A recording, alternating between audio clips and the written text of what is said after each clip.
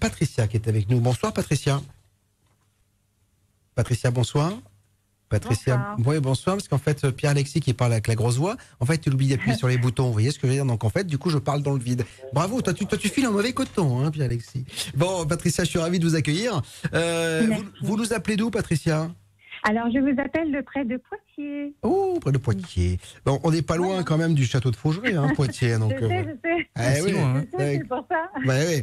Alors, Patricia, vous avez vécu, ou vous faites de l'hypnose régressive, c'est ça, je crois? C'est cela, exactement, oui. Et ce soir, je voulais donc délivrer un message d'espoir, parce que face aux événements de la vie de tous les jours et de la maladie qui peuvent survenir dans sa vie, il faut rester confiant et surtout avoir confiance en soi. D'accord. Voilà. Ok. Et moi, j'ai vécu une hypnose régressive parce que suite à des problèmes donc de maladie, j'étais donc paralysée du bras gauche et des deux jambes suite donc à des chocs émotionnels. J'avais une société, on a dû la fermer, j'ai perdu ma maison, enfin bon voilà, plein de chocs émotionnels qui ont fait que je suis arrivée à avoir une maladie qu'on a diagnostiquée comme étant une maladie rhumatismale invalidante. Voilà. Il y a beaucoup, de plus en plus, de gens qui vivent. On a la fibromyalgie aussi, qui est un peu ça, c'est-à-dire qu'en fonction du stress, etc., ça peut basculer. C'est-à-dire que, et d'ailleurs, ça en vient à la langue des oiseaux. La maladie, c'est le maladie, c'est-à-dire qu'en fait, vous n'êtes pas bien, et c'est le corps finalement qui traduit l'état dans lequel vous êtes psychologiquement. En fait, c'est ça. Exactement, parce que c'est passé par un burn-out au départ, parce que bon, moi, je travaille énormément. Ensuite, il y a eu les chocs. Donc, tout ça, ça traduit forcément après sur le corps, ça se traduit sur le corps. Bien sûr. Et donc de là, je me suis retrouvée complètement stoppée. Donc pendant 2-3 ans, j'ai été obligée de suivre,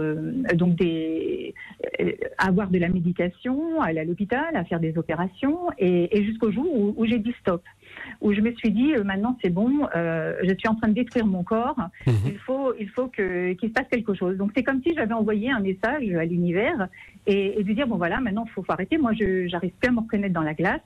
C'est plus moi qui est en face dans ce miroir. J'avais grossi, je prenais de la cortisone, de la morphine, enfin une catastrophe. Et là, comme par hasard, comme on dit, il n'y a pas de hasard. J'ai donc le petit ami de ma fille qui me dit mais moi maman elle fait de l'énergie Reiki. Alors il me dit tu la contactes et puis comme ça tu y vas et tu fais une séance. Donc j'y vais bien entendu.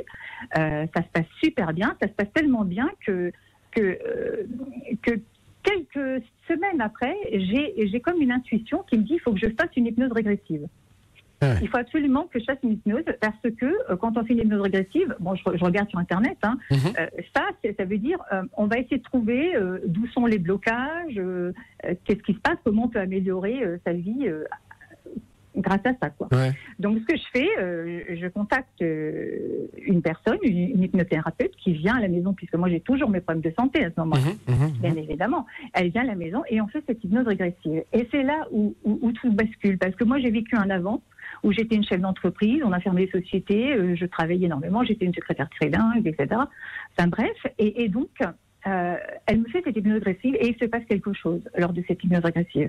Parce que dans un premier temps, donc là je parle de l'hypnose, dans un premier temps on me montre au départ, donc je vais dans le champ quantique et je vais en tant que je suis un pèlerin dans le désert.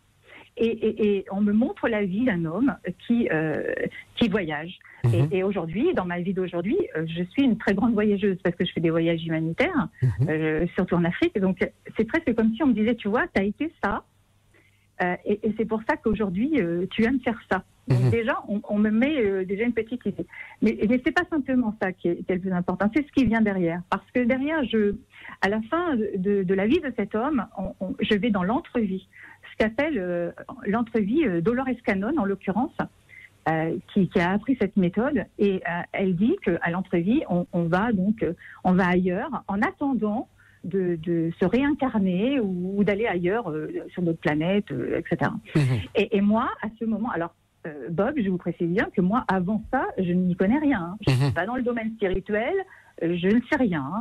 Voilà. Donc, à ce moment-là, en l'entrevue, tout bascule parce que je vois je vais dans l'univers, je traverse un vortex et j'arrive soudainement dans un vaisseau spatial. Alors déjà, quelle est ma surprise? Parce que l'hypnothérapeute, elle dirige la séance et elle vous dit où êtes-vous? Je suis dit, écoutez, je suis quelque part où j'ai l'impression tout est brillant, je suis allongée, déjà j'attends. Je suis toujours cet homme parce que c'est à la fin de la vie de cet homme que se passe ça.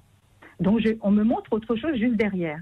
Et là, on me fait passer dans une cabine. Alors j'explique à l'hypnothérapeute, moi c'est comme si je vivais les choses et je vois en même temps. Alors c'est vraiment très étrange.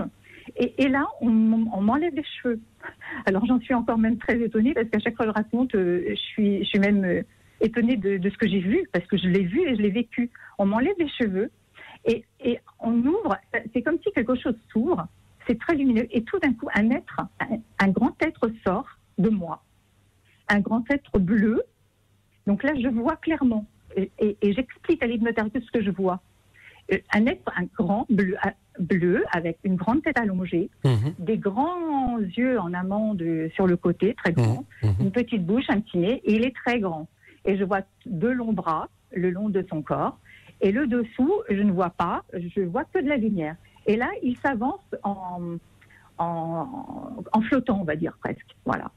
Et il se dirige vers une entrée de vaisseau. D'accord. Où sur la gauche, on voit l'univers, et sur la droite, il y a une grande vitre, et je vois plein de petits êtres bleus, pareils que lui. Ouais. Et là, je me mets à pleurer, parce que c'est comme si je reconnaissais ma famille. Et là, je pleure. En tant qu'humaine, je pleure moi-même. Donc, je sais pas, je comprends pas, parce que moi, je suis toujours consciente en hypnose régressive. On est conscient de ce que l'on vit. Et je pleure, et je me dis, vous êtes là, ma famille, je n'ai pas été absent longtemps, mais vous voyez, je suis là. Et c'est comme si c'était moi, ces grands êtres bleus, qui parlaient. C'est-à-dire que vous ressentez un lien entre cet être-là et vous, en fait. Comme si il se montrait à vous comme étant un vieux cousin que vous aviez fréquenté, quoi, en fait, c'est ça. En fait, en attendant, c'est même pas un cousin, c'est carrément l'âme. On m'a montré donc mon âme qui s'est réincarnée dans mon corps d'aujourd'hui. D'accord. Bon, et alors cette âme, donc elle a une existence en dehors de votre corps. Donc là, ça rejoint tous les travaux de neurocliniciens qui parlent de peut-être une extériorisation de la conscience, hein, parce que l'âme, c'est ça. Voilà. C'est ça, de l'âme survivante, au corps. Et donc moi après, qu'est-ce que je fais? Parce que mon hypnothérapeute me dit tu as été dans un vaisseau spatial, tu as rencontré quelqu'un, c'est quelqu'un apparemment ton âme qui est extraterrestre. Et donc moi, évidemment, après, qu'est-ce que je fais? Je fais mes recherches parce que je ne sais pas ce que j'ai vu. Je ne connais pas du tout, à part les petits gris dans les films d'OVNI, c'est tout ce que je connais. Donc qu'est-ce que je fais? Je fais mes recherches, je regarde sur Internet, et là, je me rends compte que l'être que j'ai vu, c'est un Arcturien. Un quoi? Un Arcturien. Je sais pas ce que c'est. Darcturus. Actarus. Ah d'accord, un Arcturien. Ah, d'accord, excusez-moi. Oui, un Arcturien. D'accord. Voilà, c'est ça. C'est ça. Et de là, moi, je l'ai vu, je l'ai vu clairement. Donc, la description, c'est telle que je le vois sur Internet, et c'est vraiment très étonnant. Moi, j'en suis éberluée.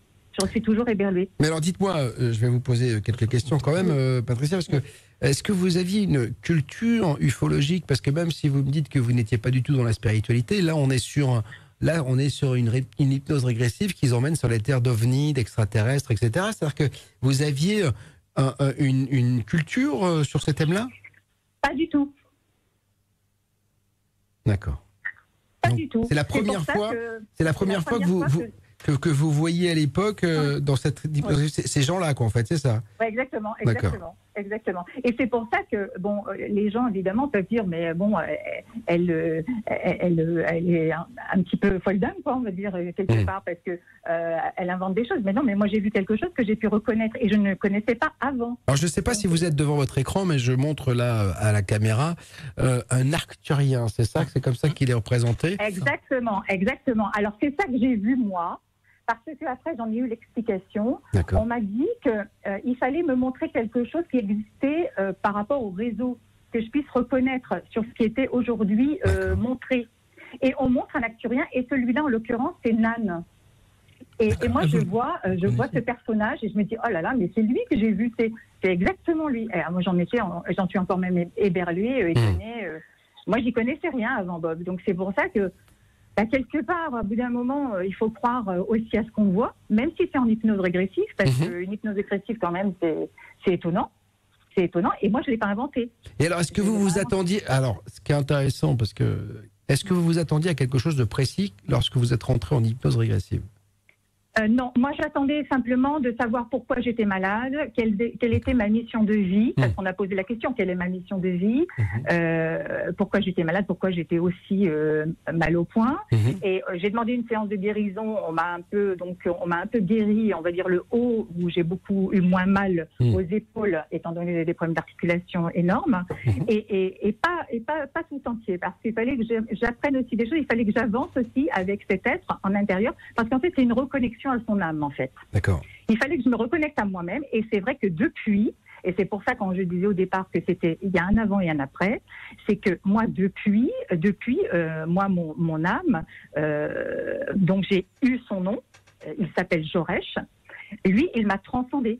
Il m'a amené au fait d'être plus créative, de moins penser à ma maladie, de faire un vrai parcours de guérison. Alors, attendez, Patricia, parce que là, il faut que je me rassemble. Oui. C'est-à-dire que là, je suis un peu perdu, je suis un peu éparpillé.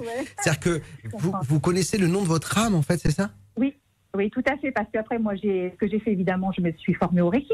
Oui. Je me suis formée après à la formation de QHT de Dolores Cannon, parce que moi, après, mon esprit, il a été vraiment très illuminé, si vous voyez, très, très ouvert. J'ai voulu apprendre plein de choses. J'ai vu beaucoup de films, j'ai suivi beaucoup de documentaires, je me suis inscrite à votre chaîne en même temps, voilà, pour apprendre. Ça c'est très très bien. Je ne sais pas si c'est Joresh qui vous a demandé de faire ça, mais il a très bon goût, hein, Joresh. Hein, n'est-ce voilà. Pas, oui, exactement. Mais on a les personnes dont on a besoin, vous voyez.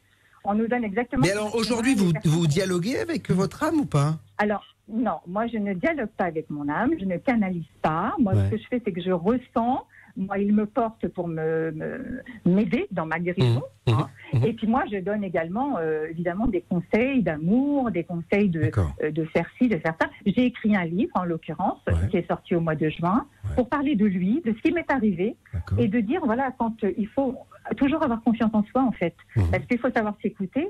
Et quand on s'est écouté, on arrive à guérir petit à petit sur plein de plans, hein, que ce soit maladif, financier, etc. Et moi, depuis, je vois les choses différemment. Bah, tant mieux. Alors, c'est quoi le livre ? C'est quoi le titre ? Eh bien, mon livre, c'est Rencontre avec Joresh, et il est aux éditions Be Light. D'accord. Et je pourrais préciser également que c'est avec David Rousseau que nous avons co-créé la couverture. D'accord, ok. D'accord. David qu'on a reçu ici 2 fois. Effectivement. Exactement, parce que moi je lui ai demandé, suite à mes descriptions, de me faire un dessin, de me faire un portrait. Et il est sur la couverture du livre. Bon. Bah écoutez, en tout cas, Patricia, c'est un joli témoignage que vous nous avez livré. Alors, encore une fois, c'est votre vérité. Vous qui nous écoutez, il n'y a pas de jugement, il y a juste ce que vit Patricia. Il y a une hypnose régressive, c'est d'autant plus intéressant. Juste dernière question. Comment votre hypnothérapeute a reçu cette hypnose et tout ce que vous aviez mentionné? C'est-à-dire que c'était un homme ou une femme qui était déjà branché un peu là-dessus ou pas du tout? Alors, elle n'était pas spécialement branchée là-dessus, mais elle a su me dire qu'effectivement, j'avais été dans le champ quantique des ovnis, que j'avais rencontré un extraterrestre, mais elle n'avait pas pu me dire ce que c'était, et quelle race c'était, qu'est-ce que j'avais vu exactement. Moi, j'ai fait mes propres recherches après, pendant 1 ou 2 ans. Vous voyez, ça fait 2 ans, parce que c'était en juin 2019, on est en juin 2021 maintenant, même juillet. Donc, ça fait 2 ans de parcours spirituel et je suis complètement dedans maintenant. Bon, voilà. Bah écoute, en tout cas, si ça vous fait plaisir et que ça vous apporte du bonheur et de la joie et que vous allez mieux physiquement, c'est tout ce qu'on pouvait vous souhaiter et ce qu'on peut vous souhaiter en tout cas, Patricia. Merci de m'avoir écouté. Et puis, je vous remercie beaucoup tous parce que vous apportez beaucoup de choses aux personnes et de permettre de parler sur des sujets qui sont tabous. Et là, c'est important. Bah, c'est notre mission, hein, c'est-à-dire souvent, je le dis, hein, les gens qui vivent des choses n'osent pas en parler. Souvent, ce sont des secrets qui moisissent un peu, qui peuvent apporter vraiment des tracas, ben là, vous le faites en toute anonymat. Vous pouvez en parler sur BTLV en toute quiétude. Merci en tout cas, Patricia. On vous embrasse et prenez soin de vous. Appelez maintenant la libre antenne BTLV au 01 86 22 21 20. 01 86 22 21 20. François Desmier, oui, que se passe-t-il sur les réseaux sociaux? Beaucoup de choses. Il y a Muriel qui dit: c'est urgent, Bob, il faut me mettre en contact avec Damien.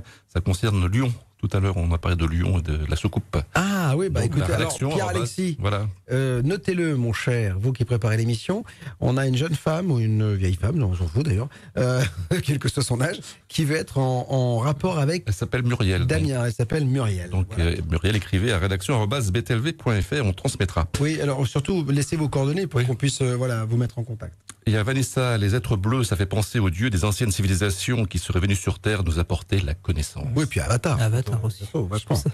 Au Schtroumpf aussi. Mais... Oui, Schtroumpf aussi, c'est vrai. C'est autre chose. C'est un autre trip. Ouais. Il y a Ricky Palmer, j'ai fait quelques rêves lucides, c'est impressionnant au réveil. Mallory, je finis par douter de l'origine des extraterrestres et je commence à penser de plus en plus à une origine purement humaine et même américaine.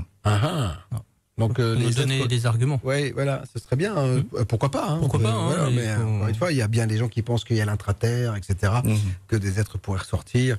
Voilà, c'est exactement le propos du film The Tomorrow War, où en fait sont emprisonnés depuis des centaines et des centaines et des centaines, voire des milliers d'années, des extraterrestres dans la glace. Et comme la glace fond avec le réchauffement climatique, ça ressort. Donc, méfions-nous. C'est la cata. Si jamais vous voyez au pied de votre lit une jeune femme ou un jeune homme bleu, c'est peut-être à cause du réchauffement climatique. Ou qu'il a froid. Voilà, oui, c'est vrai. Bon, merci d'être avec nous. Je voudrais vous évoquer une émission qu'on a mis en ligne et qui est animée par Sandrine Chopin.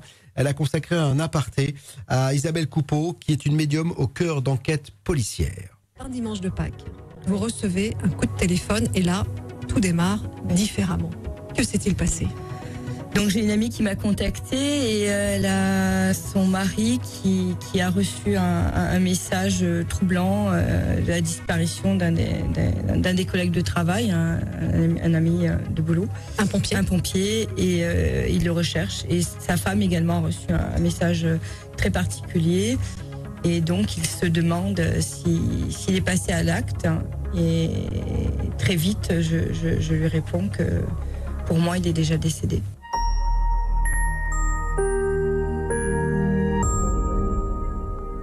J'ai des éléments qui me sont donnés à partir du moment où on me pose une question suite à une disparition. Et je note les éléments et parfois ce sont des géolocalisations, parfois des mots, parfois des zones géographiques. J'ai parfois des flashs avec la vision du paysage. Donc je note tout et l'ordre d'arrivée des informations pour pouvoir avancer dans l'enquête. Voilà, une médium au cœur d'enquête policière. Elle travaille avec pas mal d'enquêteurs sur les disparitions, sur les meurtres, etc. C'est intéressant de voir que finalement ces choses s'ouvrent et que même les policiers peut-être feront appel dans les années qui viennent. Ils le font officieusement déjà, paraît-il, mais ils le feront peut-être un peu plus officiellement. On va accueillir Stéphanie. On a pas mal de femmes ce soir. Stéphanie qui était là la semaine dernière, c'est ça ? Voilà, Stéphanie, bonsoir. Bonsoir. Comment ça va ? Très bien, merci. Il paraît que je vous ai manqué pendant toute la semaine. Vous êtes dit, oh là là, il me manque, il me manque. Allez, toute la semaine, il y a tellement de choses à raconter que... Ah non, mais vous languissiez, je le sais, on m'en a parlé. Donc voilà, bon. Stéphanie, vous allez nous parler ce soir, parce que la semaine dernière, on m'a témoigné d'une de vos aventures, et puis vous m'avez dit, j'ai un deuxième témoignage, j'ai envie de... C'est vrai. Voilà, et on n'a pas eu le temps, donc cette fois-ci, c'est une observation inexpliquée. Racontez-moi. Oui, alors j'étais avec une amie, donc j'étais pas toute seule, pour une fois, et on avait fait une soirée samedi soir, et à 1h50, elle s'apprêtait à partir, alors je l'accompagne à l'extérieur, et faut savoir que je vis en périphérie de ma ville, et que mon quartier est éteint à partir de minuit, donc on a une belle vue sur le ciel. D'accord. Et Et lorsqu'on sort de ma maison, en face de moi, il y a la ville. Donc, on a les lumières de la ville qui se reflètent sur les nuages. Mais quand on regarde à droite, il n'y a rien. Donc, le ciel est noir. Voilà, je précise, c'est important. Et donc, mon amie, à un moment donné, a cru qu'il y avait de l'orage. Et puis, finalement, elle s'est vite rendue compte que c'était pas un orage. J'ai regardé et c'était... le ciel était très nuageux et il y avait comme une lumière qui clignotait. Alors, c'est un nuage, en fait. Comme s'il y avait une lumière dans le nuage qui clignotait. C'était très régulier. Ça clignotait lentement. Et puis, parfois, parfois la lumière était plus... elle apparaissait plus longuement. Ouais. Ça continuait à clignoter, puis ça reprenait un rythme normal, et ensuite, tout d'un coup, c'est plus long, et puis ça reprenait tout le temps. Et pendant une demi-heure, on a observé ça, et on ne sait pas du tout ce que c'est. Il n'y a pas de ville, que des villages qui sont éteints au loin, et on s'est dit peut-être un halo de discothèque. Mais elles sont fermées. Possible. Ouais, elles sont fermées. Elles sont fermées. Ouais, et puis ça clignotait vraiment. C'est bizarre. Après, attendez, elles sont fermées, mais il y a peut-être quelqu'un, enfin, je dis pas que c'est ça, mais qui a regardé, qui est allé un soir dans sa boîte pour voir si tout fonctionnait encore. Donc voilà, on peut tout imaginer. Il faut jamais rien écarter. Voilà. C'était haut dans le ciel. Oui. C'était très haut dans le ciel et vraiment, on a essayé de voir s'il y avait un halo. Mais, enfin, oui, c'est ça, un halo, mais on ne voyait rien. C'était vraiment... c'était énorme. Mais je ne saurais pas vous dire... Est-ce que cette lumière avançait avec le nuage? Est-ce que vous aviez la sensation que quelque chose était camouflé dans le nuage, c'est ça? Elle était statique. Elle restait au même endroit. Pendant combien de temps? On a regardé pendant une demi-heure. Ah, quand même? Oui. Ah ouais. Pendant une demi-heure, on a regardé, on s'est dit que ça allait peut-être bouger, et pas du tout. On s'est dit que ça pouvait pas être un hélicoptère. Enfin, pendant une demi-heure, au même endroit. Dans un nuage, ça paraît compliqué. Ouais. Oui. Ça me fait penser la lumière aux orages intranuageux, en fait, où on voit que la lumière vient de l'intérieur du nuage. La luminosité. C'était haut? C'était à quelle hauteur à peu près? Alors là, j'ai pas le compas dans l'œil. Mais parce que quand on regarde, par exemple là, je regarde des nuages qui sont à l'extérieur, je me dis bon voilà, j'ai une référence. À peu près ces nuages sont toujours à cette hauteur. Puis après il y a la nuit qui est très très haute. Vous voyez ce que je veux dire, où on est dans les étoiles. Est-ce que c'était à la hauteur? C'était à plus des étoiles, ou est-ce que vous sentiez que c'était en intermédiaire? C'est en intermédiaire. C'était pas non plus à ras les maisons, et ni non plus au niveau des étoiles, on va dire, mais vraiment intermédiaire, quoi. D'accord. À cet endroit-là, il n'y a pas, je sais pas, une colline ou quelque chose comme ça, où il y aurait pu avoir un pylône vous savez, il y a les énormes pylônes de EDF, ils sont illuminés la nuit parfois. C'est vrai, mais chez nous, c'est une éolienne rouge. Aussi, peut-être. Elles sont illuminées rouges, les éoliennes, et c'est vrai. Et les grandes antennes, pareil, c'est rouge. Là, la lumière était bleue. D'accord. Et vous êtes repassé au même endroit ou en tout cas le lendemain, vous avez essayé de regarder ce qui se passait Oui. Je n'ai rien vu qui pourrait expliquer ça. Et hier soir, pareil, à minuit, je suis ressortie. Ouais. Il n'y avait plus rien. D'accord. Donc, on ne sait pas. Et quel a été votre sentiment face à cela? C'est-à-dire qu'on est face à quelque chose qu'on n'arrive pas à s'expliquer, mais quelle est votre première impression? La première impression, nous, tout de suite, on s'est dit, pour rigoler, imagine que ce soit un ovni. C'est la première chose à laquelle on pense, parce que bon, on est attiré par tout ça, mais tout de suite, on a cherché l'explication rationnelle, parce que bon, il y en a sûrement plein, on est peut-être loin d'imaginer. Il y a sûrement une explication. On n'arrive pas à trouver, quoi. On ne sait pas. On ne peut pas vous la donner là encore. Eh ben non. On ne saura jamais. On ne saura jamais, mais voilà. Et en fait, en plus, le problème, c'est quand il y a ce type d'observation, on a un point de vue parce que voilà, et il faudrait avoir les points de vue de part. De toute façon, c'est un phénomène. Si vous faites partie de ceux qui ont vu un objet volant ou un phénomène aérien, on a expliqué, qui est tellement complexe, même les scientifiques n'arrivent pas à mettre un mot dessus. Il est polymorphe, il disparaît, il apparaît, il va vite, il va lentement. Dans le cas présent, c'est un ovni. Oui, on ne sait pas ce que c'est. C'est l'objet volant non identifié. Il y a sans doute une explication rationnelle, mais tant que c'est pas identifié, on peut dire que c'est un ovni. Exactement. Écoutez. Oui, Stéphanie. Juste une dernière chose, je sors régulièrement regarder les étoiles dans mon quartier, devant chez moi, et jamais je ne vis cette lumière. Donc voilà, jamais je l'ai vue. Depuis plusieurs années. De toute façon, quand on vit quelque chose d'exceptionnel ou qu'on n'arrive pas à s'expliquer, ça nous trotte toujours un peu dans la tête. Hein. C'est comme si c'est une petite souris qui croque le gruyère. Hein. Donc voilà. Voilà.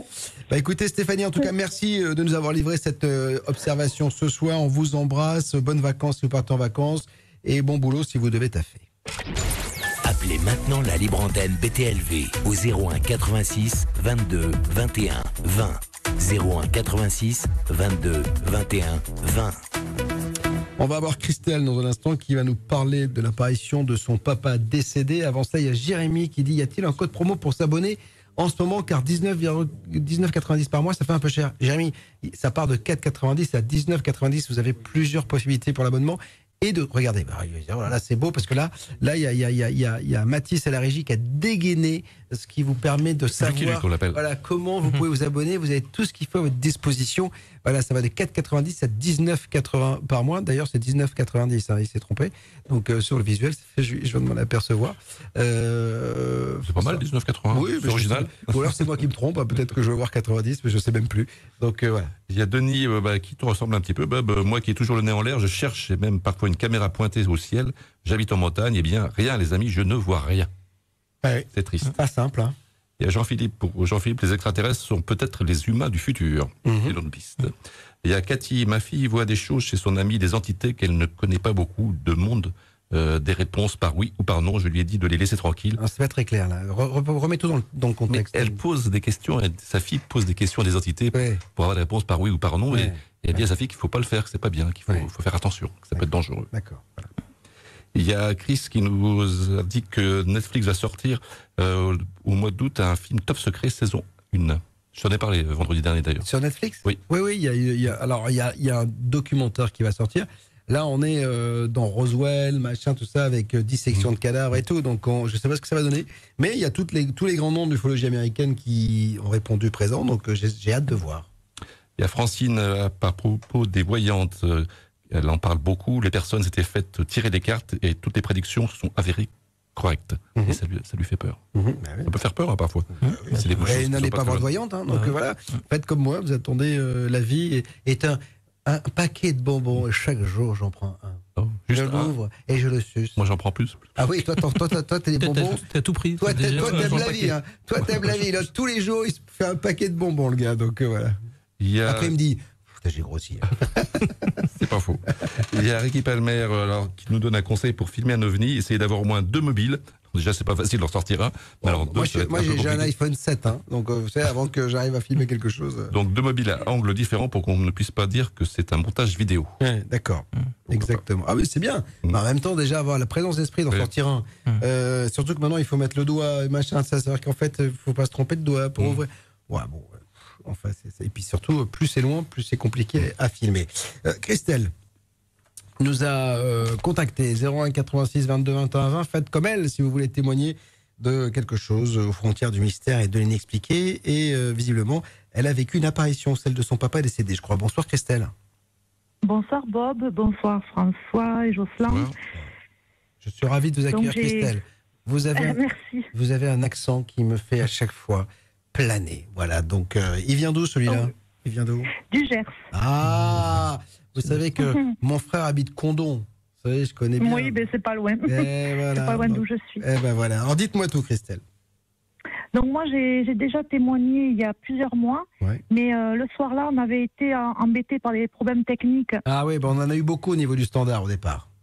Voilà, donc j'avais joint une photo parce que je pense que c'est intéressant de pouvoir montrer des témoignages avec photo. Ouais.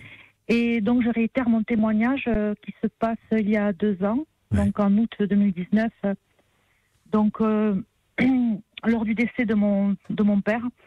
Mon père était âgé, il avait 77 ans, donc il était souffrant du Parkinson. Mmh. Et, on a mis les photos, on a mis la photo que vous nous avez envoyée. Hein, voilà.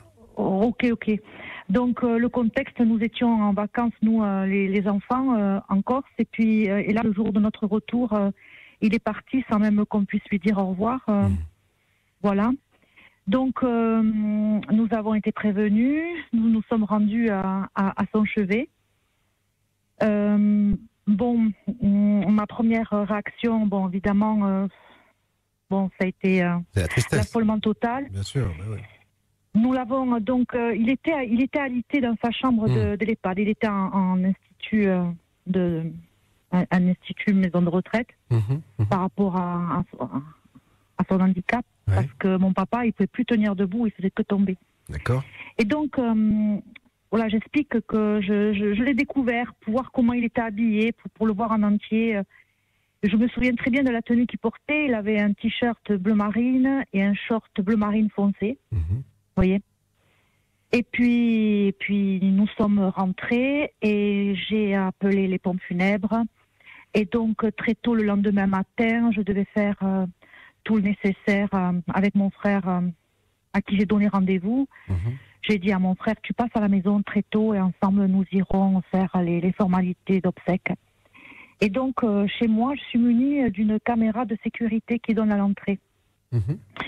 Et donc j'ai allumé ma caméra pour guetter l'arrivée de mon frère.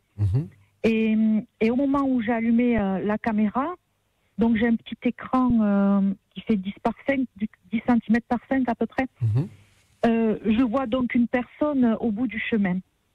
Et évidemment, je vois mon père de suite. Je dis, mais n'importe quoi, qu'est-ce qui m'arrive? C'est inconscient, c'est pas possible. J'appelle mon mari, je lui dis, il y a une personne au bout du chemin. Et puis je suis restée figée, j'ai reconnu mon père et il me dit, je ne dis rien, je le garde pour moi. Il me dit, oui, effectivement, il y a une personne, je vais voir au bout du chemin. Et quand il est allé à pied, il revient, il me dit, non, il n'y a personne. Mais voyons, qu'est-ce que c'est cette personne? Je ne comprends pas. Et j'ai dit, écoute, c'est papa. Ma fille arrive, elle dit, mais c'est papy. C'est-à-dire que nous avons reconnu sa silhouette, son crâne chauve, la tenue qu'il portait, donc, comme je vous ai décrit. Et visiblement, il tenait une canne. Alors, ça ne peut pas être une photo figée enregistrée, parce que les plantations autour, l'herbe bougeait, donc c'était en direct, il y avait du vent, vous voyez. Mon père ne s'est jamais pointé au bout de mon chemin comme ça à pied. J'aurais bien aimé, mais là, sinon, il ne pouvait plus se tenir. Je voudrais juste vous arrêter 2 secondes, parce que vous nous avez envoyé une photo qu'on a vue à l'écran et qu'on est en train de remettre. Et je voudrais savoir, parce que là, moi, je comprends pas bien cette photo. Donc, c'est quoi la photo que vous nous avez envoyée? Alors, la photo que je vous ai envoyée, elle est coupée en 2. C'est-à-dire que ma fille a fait un montage. Elle a fait un montage de l'apparition. Parce que quand il y avait cette apparition, j'ai pris en photo l'écran. Avec mon téléphone, j'ai pris en photo l'écran, la petite vision qui s'affichait. Donc, forcément, c'est pas forcément très net. Vous voyez, sur l'écran de gauche, au fond, vous voyez, il y a le bitume. Il y a le bitume. Si, ce que je vois, moi, après, c'est peut-être nous, on était 4. Je vois une personne au fond. Je vois donc une tête ronde. Vous voyez, il y a au milieu une forme bleu marine. Oui, effectivement. Avec on peut reconnaître un Bermuda bleu marine foncé, des jambes roses. Et on peut voir comme un semblant de canne sur la gauche. Et quelques heures après, à droite, ma fille a repris la photo et on ne voit plus ça. Alors, quand j'étais en train de faire cette observation, mon frère arrive sur cette entrefaite. Et Jérôme, enfin mon mari, pardon, fait des allers-retours, donc toujours vers le chemin. Il trouve ça très bizarre, curieux. Mon frère arrive. Mon mari l'interpelle en lui disant, est-ce que tu as vu quelqu'un au bout du chemin? Il y a quelqu'un chez nous. Mon frère dit non, il n'y a absolument personne. Et il entend que je dis, c'est papa. Et mon frère, il dit, mais elle est folle celle-là, mais n'importe quoi, ça y est, commence. puis il vient et puis il dit mais oui, c'est lui. Et je vous assure, je le vois à l'écran, là, ce que vous mettez. C'était beaucoup plus net. Forcément, en plus petit, c'était beaucoup plus net. Et voilà, c'était mon témoignage. Donc, c'est la première fois que vous aviez ce type d'expérience? Vous n'aviez jamais perdu quelqu'un avant? Jamais, jamais. D'accord. Jamais. À part dans mes rêves, oui, j'ai quelqu'un qui rêve beaucoup. C'est vrai que ça m'est arrivé de rencontrer ma grand-mère ou des choses comme ça, des rêves très doux et très, très particuliers. Bon, là, mon père, ce que je peux vous dire, c'est que le fait qu'il était en EHPAD, on ne le vivait pas forcément très bien. Je le prenais souvent le week-end chez moi et je m'étais beaucoup rapprochée de lui. Et je le prenais beaucoup le dimanche. Et la dernière discussion que j'ai eue avec lui, c'était de lui dire, fais l'effort de prendre une canne, je t'en prie, parce que tu fais que tomber, et à force de tomber sur la tête, ça va être fatal. Ce qui a été fatal d'ailleurs. Voilà. Et donc, il vous est apparu avec une canne, quoi. C'est arrivé quand exactement? Il m'est apparu avec une canne. Ouais. C'est arrivé... Alors, il est décédé le 11 août, et l'apparition, là, elle est arrivée le 12 août. Ah oui, donc le lendemain, donc ça a été assez... Puis le lendemain matin, ouais. D'accord. Et depuis... et donc on était quatre à le reconnaître. Depuis, j'ai pas eu d'autre apparition de sa part. D'accord. Bon, des rêves quand même assez étranges. Oui, c'est sûr, je rêve beaucoup de lui. Il me dit, alors, il roule vite en voiture et il me dit, mais je peux plus avoir d'accident maintenant. Il fume et me dit, je peux plus avoir le cancer. C'est marrant, c'est gai, c'est joyeux, c'est doux, c'est beau. Alors on dit souvent que les défunts peuvent aussi squatter les rêves pour nous donner des messages. En tout cas, c'est ce que les spécialistes que je reçois qui me disent ça. Donc visiblement, c'est le cas de votre papa. Effectivement, il s'est peut-être manifesté à vous ce 12 août. Suite à son décès, pour montrer que il y avait une existence peut-être après. Puis maintenant, il prend le chemin des rêves pour vous contacter. En tout cas, merci Christelle pour ce joli témoignage. On vous embrasse très fort. Et puis encore une fois, je le dis, prenez soin de vous. À très bientôt. Appelez maintenant la libre antenne BTLV au 01 86 22 21 20. 01 86 22 21 20. C'est la libre antenne en direct sur Facebook, vous partagez sur YouTube, vous mettez des pouces bleus et sur Twitch, vous vous abonnez bien sûr pour avoir accès à des émissions uniques comme la revue de presse du vendredi à 15h que j'ai le plaisir de présenter avec François. François, justement, les réseaux. Oui, actuellement, ça parle beaucoup de l'intervention d'Emmanuel Macron, donc c'est un peu difficile de trouver des messages. Bon, en tout cas, qu'est-ce qu'il a dit vaccination pour les personnels soignants, et puis à partir du 21 juillet, il faudra avoir un pass sanitaire pour se déplacer. Rien de nouveau, quoi. Donc on fait pass sanitaire obligatoire au mois d'août pour les restaurants, les bars, les trajets avions, c'est les restos qui vont être contents. Voilà. Il va falloir qu'ils fassent la police. Donc voilà. Bon, écoutez. Bon, on s'y attendait. Donc il y a quelques messages qui arrivent à passer quand même. Il y a Francine, je pense que nous arrivons à la fin de notre civilisation et qu'on va passer à une évolution spectaculaire qui n'aura plus rien à voir avec cette société de consommation. Bonne question de Bob. L'hypnose régressive peut-elle fabriquer des fake memories? Oui, non, mais on sait que moi j'ai travaillé avec beaucoup d'hypnothérapeutes. Effectivement, si vous arrivez conditionné en disant tiens, j'aimerais bien faire une hypnose sur les ovnis, vous risquez effectivement de projeter, en tout cas de vivre des choses qui sont en rapport avec ça. Ce qui était intéressant tout à l'heure avec Patricia, c'est qu'elle n'arrivait avec rien, c'est-à-dire qu'elle voulait juste avoir des infos sur sa maladie, donc, et là elle voit des choses qui sont plutôt ufologiques. J'ai envie de dire ça dépend aussi du praticien. Exactement, voilà. En plus. Donc, un peu comme dans tous les métiers. Pour Magine, il faut acheter un appareil photo avec lequel tu peux zoomer sur la Lune, comme ça tu peux zoomer sur l'OVNI. D'accord, ok. C'est pas con. Ouais. Il y a Dame Sonner qui dit Elon Musk devrait mettre des satellites en orbite pour contrôler les entrées et sorties dans l'atmosphère terrestre. C'est-à-dire qu'il en met plein déjà. Hein, donc voilà, c'est-à-dire que Starlink, on en a déjà plein. milliers. Ouais, c'est ça. Comme ça, on serait fixé sur l'existence du fameux Dorian qui fait fantasmer pas mal les dames sur les réseaux. Bon. Dorian, c'est le grand blond, c'est ça? Voilà. Ah ouais, qu'est-ce que les grands blonds, ils ont toujours la cote, les grands blonds. Alors tiens, puisqu'on parle d'OVNI, on va évoquer une émission à votre disposition, un petit bijou, parce que le cas évoqué ici est un cas qui est rarement évoqué. Peut-être c'est la première fois que, en tout cas, j'entendais parler en 9 ans de BTLV. C'est le cas Cape Girardeau, fin avril 1941, un crash avant même que les Américains rentrent en Seconde Guerre mondiale, dans la Seconde Guerre mondiale.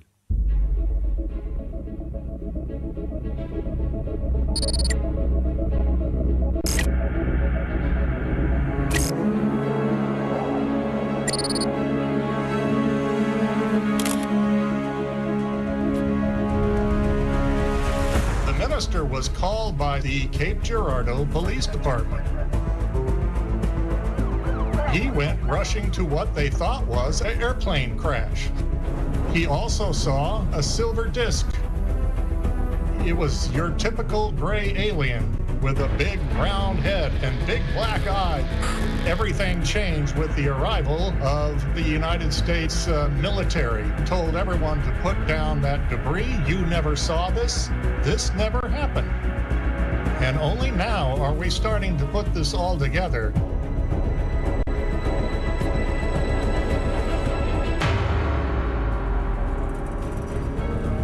It's astonishing, is it not? General Twining made a report mentioning the artifacts discovered in 1941. Cordell Hull showed him 3 alien bodies and the spaceship below the U.S. Capitol building. The government wants you to keep quiet. They think that we are all children, that we cannot handle the truth.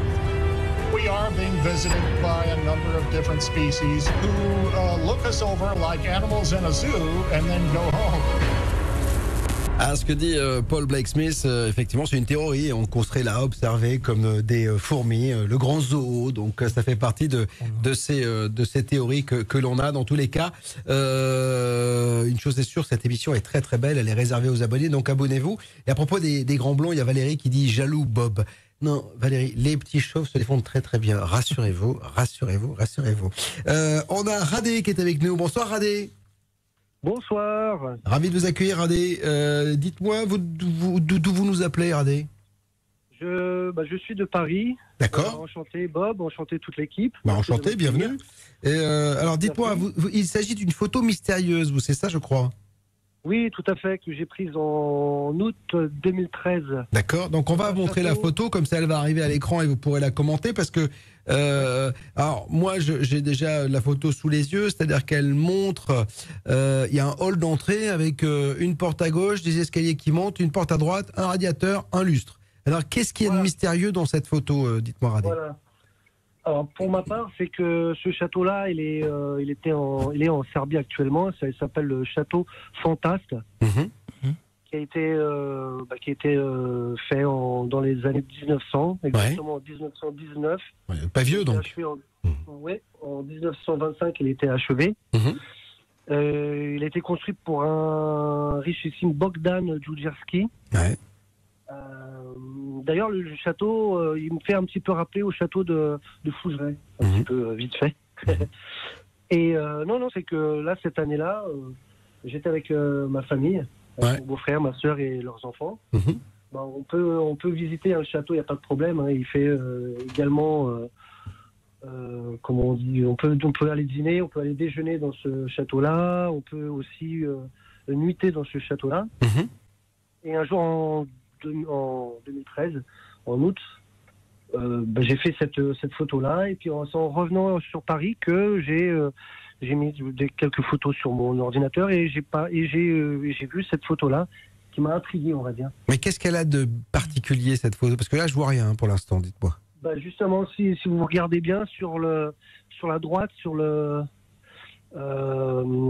comment on dit ça, sur les escaliers. Ouais, on zoome là, on zoome dedans, ouais. Voilà, sur les escaliers, pour ma part, c'est exprès, je vous ai rien dit pour que vous fassiez votre opinion, mais moi, pour ma part, je trouve que c'est, par exemple, une mariée, on va dire. Ah, la forme blanche qui est en haut des escaliers, c'est ça? Il y a une forme blanche en haut des escaliers, mais après, le problème, c'est qu'on ne sait pas ce qu'il y a vraiment en réalité en haut de l'escalier, donc... oui. Non. En fait, derrière l'escalier, il n'y a pas de fenêtre. Hein. Ouais. Non, mais ça peut être un meuble recouvert par un drap, enfin, je sais pas quoi. Non, il n'y a même pas de meuble. Hein. Je vous confirme. Hein. Ouais. Il y a eu, à ce moment-là, dans cette photo-là, il n'y a pas eu de meuble. Mais ça peut pas être un problème d'obturateur de votre appareil. Ça peut pas avoir.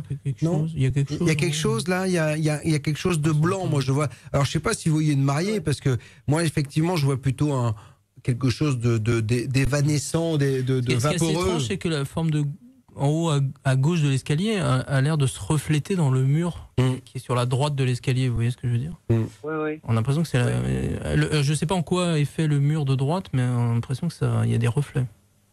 Ça doit être du bois, ça doit être du bois qui. Il y a la rambarde de l'escalier là, déjà on voit. Voilà. Le mur de droite, c'est un mur blanc, on va dire. Ouais. Et alors dites-moi, cette observation, vous l'avez vue une fois que vous avez regardé vos photos, en fait, j'imagine. Voilà, sur l'ordinateur quelques temps après, oui. D'accord. Mais est-ce que ce château, il a la réputation d'être hanté Ça, honnêtement, je me suis pas documenté sur ça. Comme par hasard, ce château-là, il est mis en vente. Donc, il faudrait que là, au mois d'août, je passe mes vacances encore là-bas. Mais c'est peut-être une dame blanche, hein, finalement, comme on dit, parce qu'il y a Ricky Palmer qui dit: j'ai vu la même chose dans une maison à vendre à Valréas. La fille en robe blanche tenait la tête d'un cheval comme une cavalière en robe de nuit. D'accord. Donc voilà. Donc, parce que cavalière, c'est-à-dire, oui, c'est que ce que j'ai oublié de vous dire aussi, ce château-là, ce propriétaire Bogdan Djurdjevski, il aimait beaucoup le cheval, les chevaux. D'ailleurs, il a un terrain de cheval. D'accord. Il fait 1300 mètres carrés, quelque chose comme ça, je crois. D'accord. Non, mais écoutez, c'est toujours. Alors, vous savez, il y a un truc qui est aussi certain, c'est que les objectifs des appareils numériques captent des choses que notre œil n'arrive pas à capter. Hein. C'est un peu comme comment dire, les chats, les chiens qui ont des vues différentes des animaux. Donc peut-être que vous avez effectivement capté quelque chose. Il y a effectivement une ombre blanche. Maintenant, qu'est-ce que c'est, encore une fois? Ça peut être une dame blanche, la mariée, une poussière, enfin, ça peut être tout un tas de choses. Ce qui serait intéressant, c'est de savoir, si vous y retournez, essayez de reprendre la photo au même endroit. Excusez-moi de vous couper. Justement, j'ai été en 2014. J'étais au même endroit. J'ai essayé de photographier la même photo, le même endroit, vers la même heure, on va dire, et rien. Il y avait rien. D'accord. La photo, elle était normale, quoi.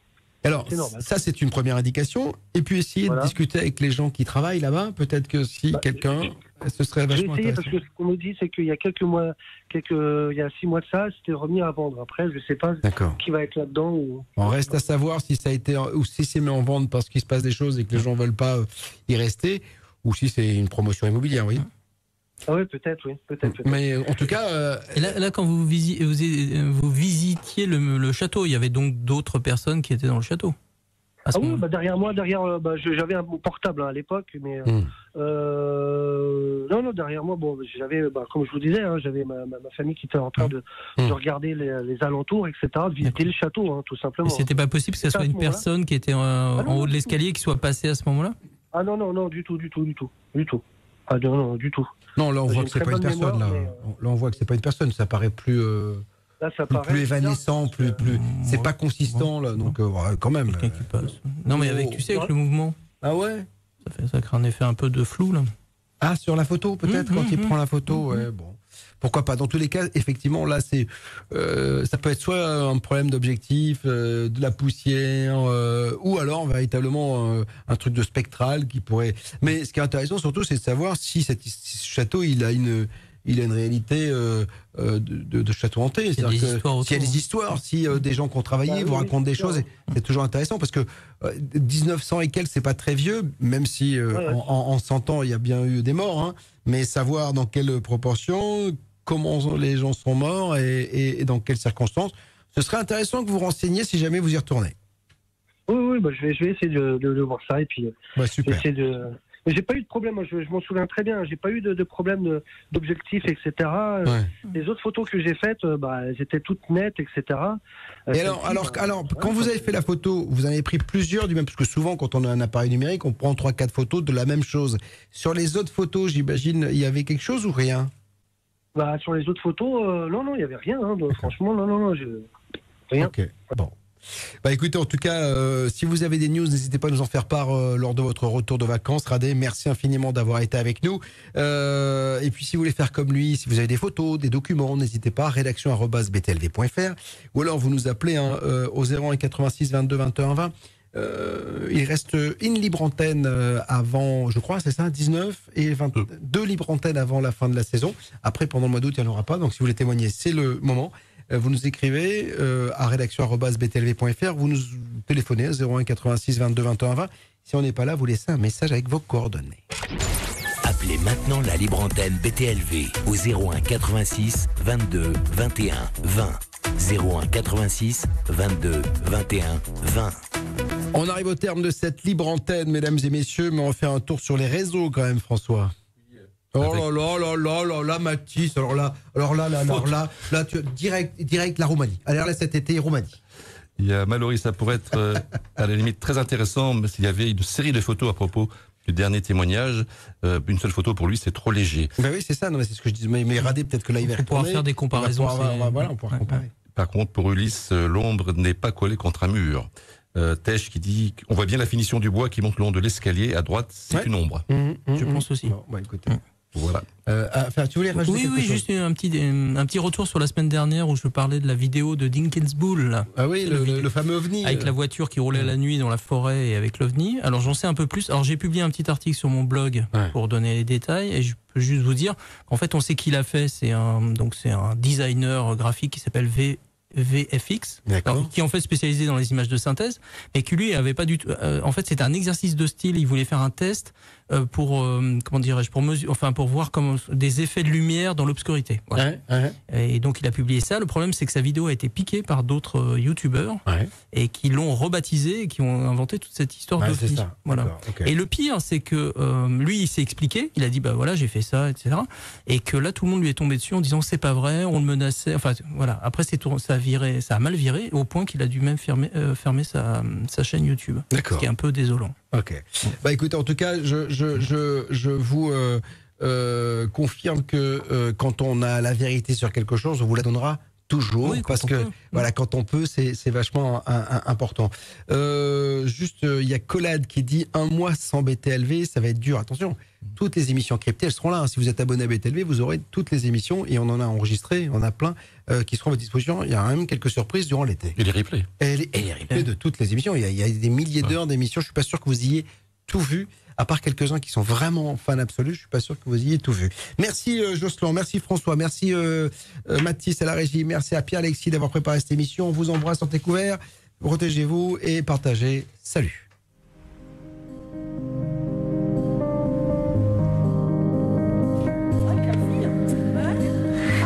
Alors, la maîtresse des lieux.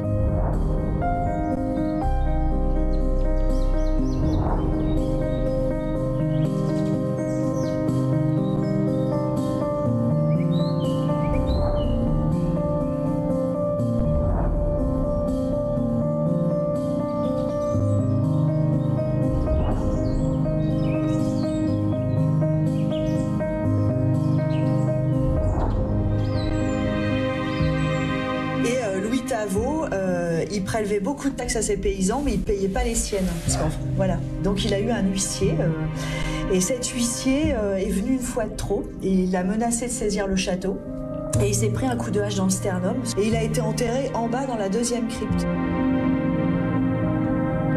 Ça me fait des frissons qui partent comme ça, des petits frissons là. C'est comme si quelque chose était en train de me regarder depuis l'intérieur là, mais ça se montre pas vraiment.